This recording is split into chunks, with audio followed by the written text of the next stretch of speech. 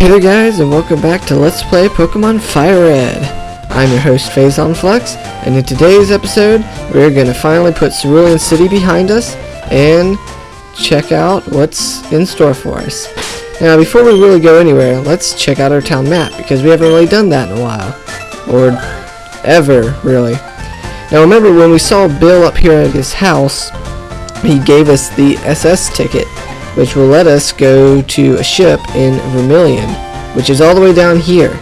But if you notice, there's a city in between us, so we've still got a little bit to go before we even get to our next destination. But if you even try to head right, you can't really leave. There's still these cumbersome trees blocking our way. So the only way we can really go is south into Route 5, where we have a new wild Pokemon. We have Meowth, which has a 35% encounter rate here on this route, and it is the only new Pokemon that you'll find here. I do want to mention that Meowth, as far as battle potential goes, it actually has really great speed when it's fully evolved into Persian. However, both of its offenses are pretty subpar, and it's only a pure normal type, so it doesn't have too many attacking options. It can learn useful moves such as Thunderbolt, Shadow Ball, and Dig, and even Dream Eater. But other than that, there's not really anything going for it. It can learn an interesting move called Fake Out, which guarantees the opponent will flinch, which is pretty useful. But other than that, I would not really use it for much of anything. Really, Meowth's main selling point is if you leave it unevolved, it has an ability called Pickup, which after every battle, if a Pokemon with Pickup is in your party, you will have a chance of obtaining a random item. So it can be useful for picking up potions, Pokeballs, random items like that. So I'd pick it up to complete your Pokedex at least, even for the Pickup ability, but as far as battle goes, I would pass. Well guys, as I mentioned, that's the only wild Pokemon that you can, only new wild Pokemon that you can encounter here. And I will actually be keeping this Meowth in my party. That way I can pick up some free items every now and then. Now there's a unique building here on Route 5, and it's the Daycare Center. Basically, you can leave a Pokemon with this guy, and as you take steps out here in the world, your Pokemon will gain experience. Every step you move counts as 1 experience towards leveling it up. It's an interesting feature, but ultimately I don't find it that useful. You find a much better daycare center later on in the game. Now over here there's one other building, the Underground Path, and it looks like it connects Cerulean directly to Vermilion, but I say we check out Saffron City first. I'm on guard duty. Gee, I'm thirsty though. Oh wait, there. The road's closed. Okay, never mind. We can't go sightseeing in the city, so looks like we'll just have to head straight down to Vermilion. Now in the Underground Path here, there's this little girl, and she will be another in-game trade person, just like the Poliwhirl and for the Jinx in Cerulean City. Basically, this is the method that I talked about earlier when I mentioned the Nidorans being easier to obtain. Depending on your version, she will ask for the common version and give you the uncommon. So since I'm playing FireRed and it's common to obtain Nidoran males on Route 3, I think it is, she will trade a female in exchange for a male. People often lose things in the darkness in the Underground Path. So this girl here is mentioning that there are hidden items in the Underground Path, but it's going to be difficult to find them all, so to make my life easier, I'll get those later. So coming north here, once we exit the Underground Path, we'll obtain a Citrus Berry, and mirrored on the other side is a hidden rare candy. Now this exit here is the southern end of Saffron City, so we still can't quite access it there. There's no point. We just got to keep going south a little bit further to make it to Vermilion. Now we have arrived in Route 6, and a lot of the trainers here are skippable. However, I will show a couple trainers that have interesting Pokemon. This one, for instance, has a Squirtle. So if you picked up Bulbasaur like I did, you have not seen a Squirtle yet in the game, since our rival picked our type advantage, or picked the type advantage against us, Charmander, we haven't seen Squirtle. So if you picked up Bulbasaur, this trainer's definitely a great idea for completing your Pokedex. I just can't win. Well, if you only have one Pokemon, it's kind of hard. And this bug trainer here has an interesting Pokemon. It's a bug catcher, so you might expect to see Caterpie or Weedle, or maybe the rare Cocoon or Metapod. But no. Elijah here has a fully evolved Butterfree, which is a very rare sight indeed. It's nice that they give Pokemon now that you haven't seen before. It's actually worth killing, unlike the Caterpie and Weedle, which I'm getting tired of seeing. So the rest of these trainers here on this route, I will off-screen, at least the ones that are skippable. There are 2 more trainers here that are absolutely mandatory, and so I will be showing those just after this fight here. And Xerath got a level, alright. I'm actually excited. If Xerath gets 1 more level, he's going to learn a new move, which I'm pretty excited for it. I'm not excited for this poison though. Do I have an antidote? Survey says yes. Actually, this is going to be a good time to check and see if our Meowth has an item. It doesn't look like it. But after every battle that we face, Meowth here will have a chance of picking up an item. 10% chance, I'm pretty sure. So here we have Picnicker Isabel, and she's kind of obnoxious. She has 3 of the exact same type of Pokemon, so if I had just Maokai here, this would be a pain. But since I've got Xerath, it's gonna be a breeze. Get it? Breeze. She has flying types. Yeah, no, that wasn't that funny. I'm sorry.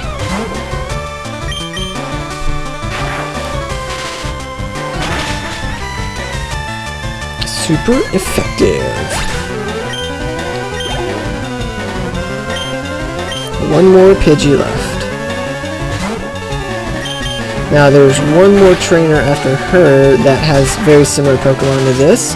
I'm just going to go ahead and talk about it. He has a lone Spearow.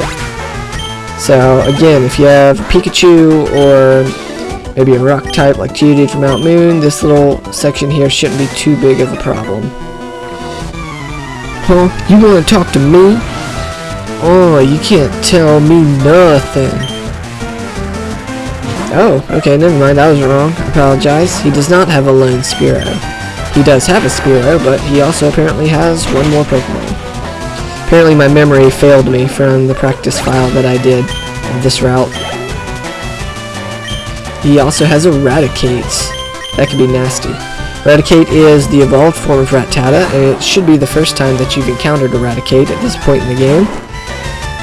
It's got a really good attack stat, and it has an interesting move in the form of Hyper Fang, which no matter what your HP is, no matter what your defense is, no matter how good his offense is, it will half your HP.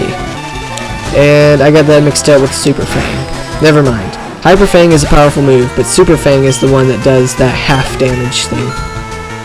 And Raticate can learn it later on in the level, but fortunately for us, he does not have that move yet. This stinks. I couldn't beat your challenge, but I thought you challenged me. So that would make it your challenge and not mine. Anyways, with those 2 bodyguards out of the way, we arrive in Vermilion City. So first thing I'm going to do is heal up. Now, this Pokemon Center actually has an interesting NPC. If you talk to this girl here right next to the Nurse Joy, she will give you a key item, the Verse Seeker. This is a very good item as it allows you to, as she's explaining here, re-battle trainers that you faced before. So it's a good way of getting experience without grinding against a bunch of wild Pokemon. And that way you can also get more money from doing that too.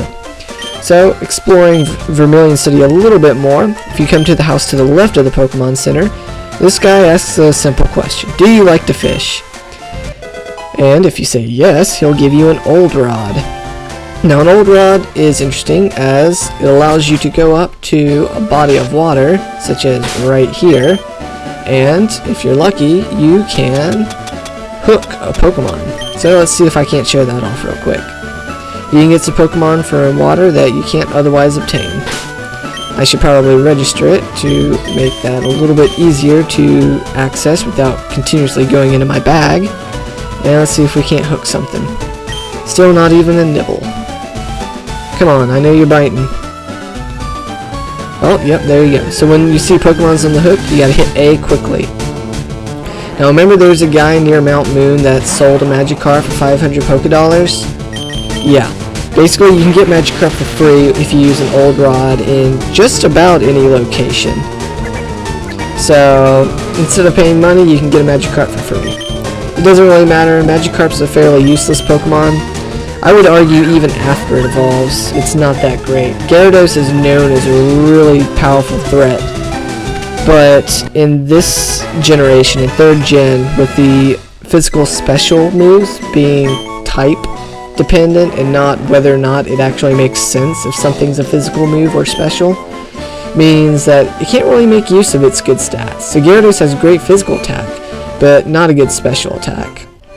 Why did I just go in the Pokemon Center, you ask? Well, I'm glad you asked. It's because we have another in-game trade. So in this house here, this little girl will trade a Spearow for a Farfetch'd. And this is the only place in the game where you can obtain a Farfetch'd, as far as I know. Farfetch'd is an incredibly useless Pokemon. This is an absolutely horrific trade. However, you need it to complete your Pokedex. So, you can catch Spearow in many different places. So, just pick one up and go ahead and trade it to her. It's also got a really dumb nickname. Chiding! Really? Chiding? You nickname that thing Chiding. Well, I guess it is a really dumb Pokemon, so a dumb nickname fits. Anyways, coming over here we have Pokemon Fan Club. All Pokemon fans welcome. Well, I guess after I just smack-talked a Farfetch'd, I probably shouldn't be allowed in here. I just adore my seal. It's so lovable. It squeals Q when I hug it. Well, good for you. I chair the Pokemon Fan Club. I raise more than 100 Pokemon. Wow, that's actually impressive. I'm very fussy when it comes to Pokemon, I surely am. Well, if you have 100 Pokemon and you're pretty fussy, you must like a lot of them. So, did you come to visit to hear about my Pokemon? Not really, but sure, we've got some time to kill. How much? We got 5 minutes, maybe? That's what I'm guessing. Anyways, good. Then let's listen up. My favorite is Rapidash. It's cute, lovely, smart, plus amazing. You think so? Oh, yes. It's stunning. Kindly. I love it. I hug it when sleeping. Warm and cuddly. Spectacular. Ravishing. Oh, oops. Look at the time. I kept you too long. Thanks for hearing me out. I want you to have this. We received a bike voucher. That's pretty nice. So you gotta hear this old man ramble on a little bit. But, as he just explained, we can trade this bike voucher to get a bicycle in the bike shop in Cerulean. So instead of forking out 1,000,000 Pokedollars, which, by the way, is impossible to obtain, you get the bike voucher here and do it there.